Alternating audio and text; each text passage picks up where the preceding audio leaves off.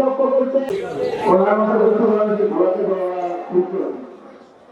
চুপ করে ঘরে বসে থাকতে পারে না, ঠিক না? সত্যি আমি একজন সেই সন্তান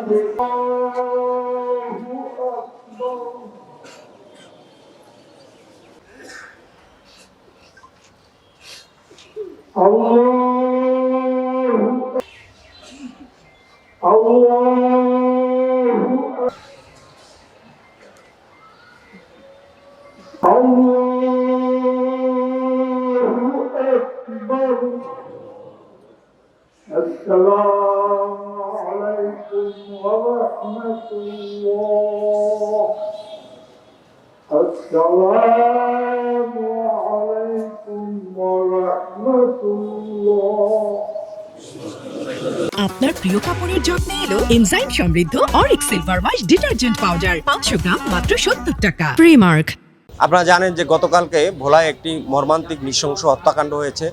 মাওলানা আমিনুল হক নোমানী সাহেব, উনি ভোলা দারুল হাদিস কামিল মাদ্রাসার একজন মুহাদ্দিস, একজন খতিব ওয়াইজিন, তাকে বাসার মধ্যে যেভাবে দুর্বৃত্তরা ঢুকে, যেভাবে মনে হচ্ছে যে প্রশিক্ষিত কিলার দ্বারা এই হত্যাকাণ্ডটি হয়েছে, আমরা দ্বীপ জেলা ভোলাবাসী এই ঘটনায় অত্যন্ত মর্মাহত। আলেম সমাজ এবং সর্বসাধারণ তাকে ভোলার এবং সারা দেশের মানুষ এক নামেই চিনত। তিনি একজন কলামিস্ট ছিলেন, একজন ওয়াইজিন ছিলেন, দায়ী মোবাল্লেগ।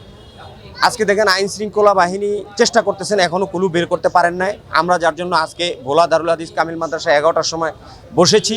আমাদের কর্মসূচি হলো আগামীকালকে আমরা হাটখোলা মসজিদ থেকে আমরা একটি বিক্ষোভ সমাবেশ করব, সেটি নতুন বাজার যাবে এবং আমরা করব সারা ভোলায় সকল শিক্ষা প্রতিষ্ঠান, স্কুল কলেজ মাদ্রাসা সকল শিক্ষা প্রতিষ্ঠান কিন্ডার গার্ডেন সহ বন্ধ থাকবে। যেহেতু তিনি একজন ওস্তাদ ছিলেন, শিক্ষক ছিলেন, তার প্রতিবাদে তার ছাত্ররা এবং শিক্ষক সমাজ, ভোলাবাসী, আলেম সমাজ সবাই নেমে আসবে এবং নতুন বাজারে যে সেখান থেকে আমরা পরবর্তী এই আজকের মধ্যে কি করে প্রশাসন সেটা দেখে আবার কর্মসূচি দিব।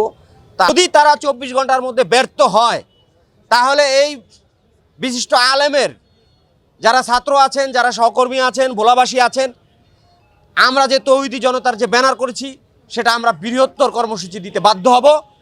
প্রয়োজনে আমরা এই এসপিকে প্রত্যাহারের দাবি জানাবো এবং স্বরাষ্ট্রমন্ত্রী তিনি এখন আইন শৃঙ্খলা বাহিনী, এদেশে কোনো আইন শৃঙ্খলা বলতে নাই। ভোলাতে এতগুলো হত্যাকাণ্ড হলো, লঞ্চে কেবিন থেকে মেরে নদীতে ফেলে দেওয়া হচ্ছে, সেখানে কোনো আসামি গ্রেপ্তার হয় না। আপনারা সাংবাদিক মহল সবাই জানেন। ভোলার ছাত্রদলের নেতাদেরকে হত্যা করা হলো, সেটার বিচার হয়নি। বুরহানুদ্দিনে যে 4টি হত্যাকাণ্ড হলো সেখানে কোনো বিচার হয়নি। এই যে বিচারহীনতার যে সংস্কৃতি বাংলাদেশে গড়ে উঠছে, এটা আশঙ্কাজনক। দেশকে একটি অকার্যকর রাষ্ট্র করার জন্য যে ষড়যন্ত্র, এটা দেশবাসী, ভোলাবাসী আপনারা সবাই সজাগ থাকবেন যাতে আগামীতে আর কোনো না হয়। যে এই জনসমুদ্রে আজকে প্রমাণ করে মাওলানা আমিনুল হক নোমানী কি ধরনের মানুষ ছিলেন। তাকে গতকালকে রাতে 9টায় যে নির্মম ভাবে, যে নিষ্ঠুর, যে বর্বরোচিতভাবে হত্যা করা হয়েছে, তার যারা উপস্থিত হয়েছে তাদের শরীর শিহরে উঠেছে। কত নির্মম, কত নিষ্ঠুর। রাত 9:30টায় যখন তাকে হাসপাতালে নেওয়া হয়েছে, রাত 9:40 ডাক্তার তাকে মৃত ঘোষণা করেছে। এই হত্যাকাণ্ড একটি ষড়যন্ত্র, এটি কোনো বিচ্ছিন্ন ঘটনা নয়, এটি একটি সাধারণ হত্যাকাণ্ড। আজকে ভোলার এই ওলামায়ে কেরামদের জনপদ, এই শান্তির জনপদকে যারা অশান্ত করতে চাচ্ছে, আমরা প্রশাসনের কাছে আমরা গতকালকে 24 ঘন্টা আলটিমেটাম দিয়েছি। তাকে অনতিবিলম্বে বিলম্বে তাকে তার হত্যাকারীদেরকে গ্রেপ্তার করুন। তার 3টি ছোট্ট বাচ্চা, 2টি ছেলে, 1টি মেয়ে, তার পরিবার আজকে তাদের সুখের মতো বুক পেতে যায়। আজকে আমরা প্রশাসনকে স্পষ্ট করে বলতে চাই, আমরা সরকারকে বলতে চাই, আমরা কোন দেশে বসবাস করছে।